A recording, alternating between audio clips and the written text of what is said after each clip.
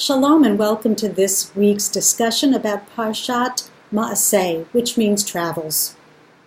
It begins, Ele Maaseh b'nei Yisrael, asher yatzu me'eretz Mitzrayim, litzivotam biad Moshe ve'Aharon. These are the journeys of the children of Israel, who went forth from the land of Egypt according to their legions under the hand of Moses and Aaron. It reminds me of those assignments we had to do in school every year when we got back in the end of August or beginning of September. How I spent my summer vacation. This is a little bit more involved, but that's okay. Moses was commanded by God to chronicle the travel of the Israelites during their time in the wilderness. It's not only a list of places, though. It includes significant events that happened along the way, such as, here the people had no water, here Aaron died and was buried, and now here we are, poised to enter the promised land. We're finally at the border. Now, following the account of the travels, God gave a few more instructions for the people for once they're settled in the land. And that includes creating cities of refuge to protect murderers from revenge, supporting a segment of the community, and allowing women to inherit property. These were probably radical ideas for their time, but perhaps they were no less radical than some of the ideas and programs that have come about here in the United States in the past century. One that comes to mind is Medicare, which was signed into law by President Johnson 53 years ago this month, July 30th to be exact. Now, Medicare may not have been a radical concept that just popped up in 1965, but there's no question that it's changed healthcare in the United States and become a subject of political and social consternation and debate and discussion ever since.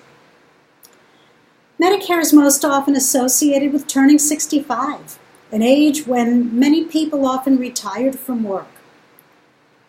They began a new chapter in their lives, and as the Israelites get ready to enter the Promised Land, they're beginning a new chapter as well, and a new book.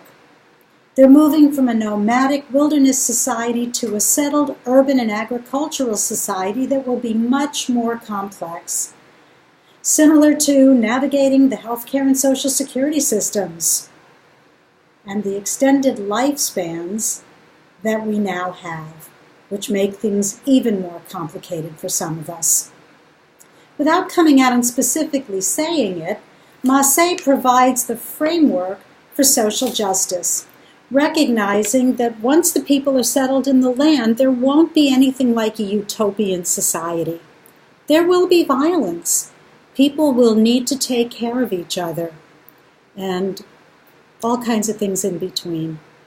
By creating those cities of refuge for murderers, God instructs the Israelites, and us by extension, to value human life, even if not everyone does.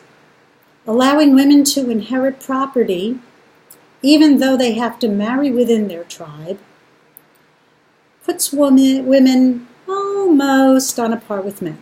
Not quite, but it's a step in the right direction, isn't it?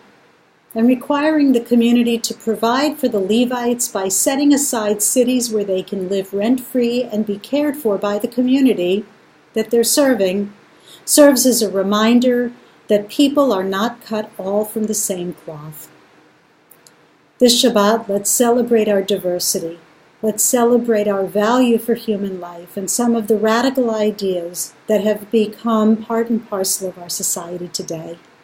I wish you a Shabbat Shalom, and I welcome your comments here on YouTube, on the Malvern Jewish Center or my Facebook page, and on our website. Shabbat morning services are at 9:30. Shabbat Shalom.